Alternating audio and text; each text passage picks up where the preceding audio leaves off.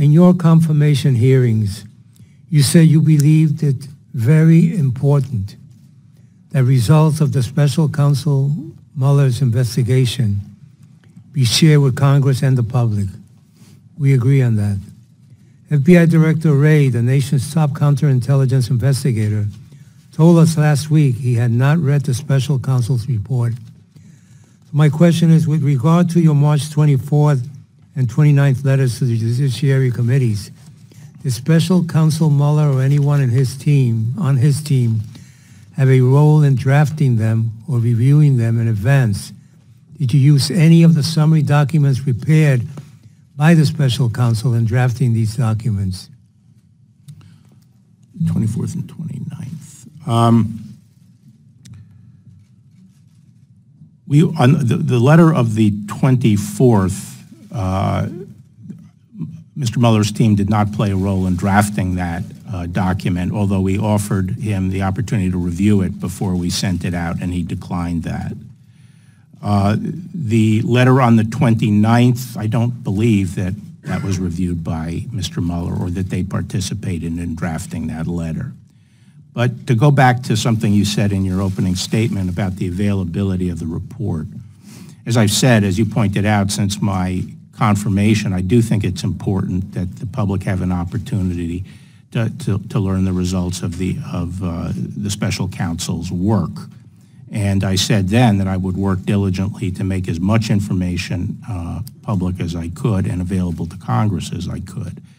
You will recognize that I'm operating under a regulation that was put together during the Clinton administration and does not provide for the publication of the report, but I am relying on my own discretion to make as much public as I can.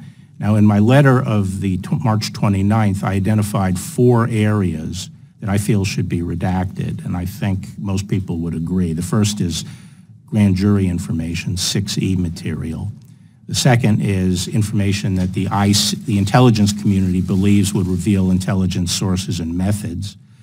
The third are information in the report that could interfere with ongoing prosecutions.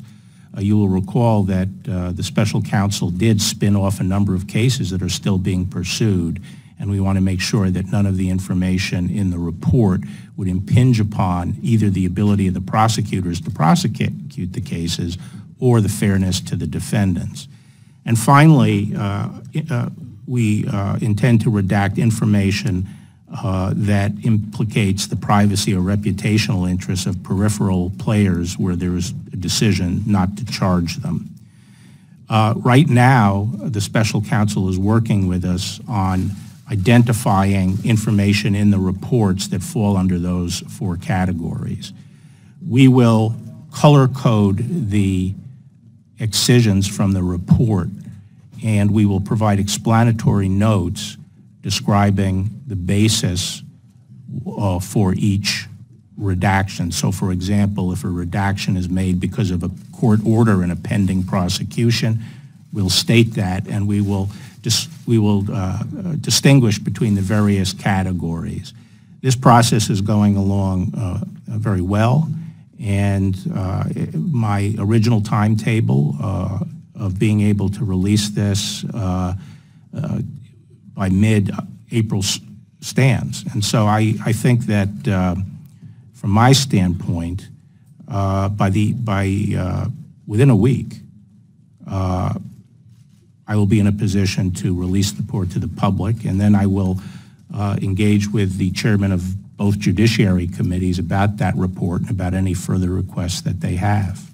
So let me just get one thing clear for the record. My concern during my opening statement that when you redact something, we should know what area it falls under. That you say will happen. Yes, sir. Yes, sir. Your March 24th letter indicated that some actions the special counsel investigated as potentially raising obstruction of justice concerns had not been publicly reported. Will these actions be identified in the report sent to Congress? As things stand now, I don't think that they will be redacted, so they will be identifiable. All right. Yes. Thank you. Ms. Satterhall. Thank you, Mr. Chairman. Mr. Attorney General, as you know, there is a serious humanitarian crisis at the southern border.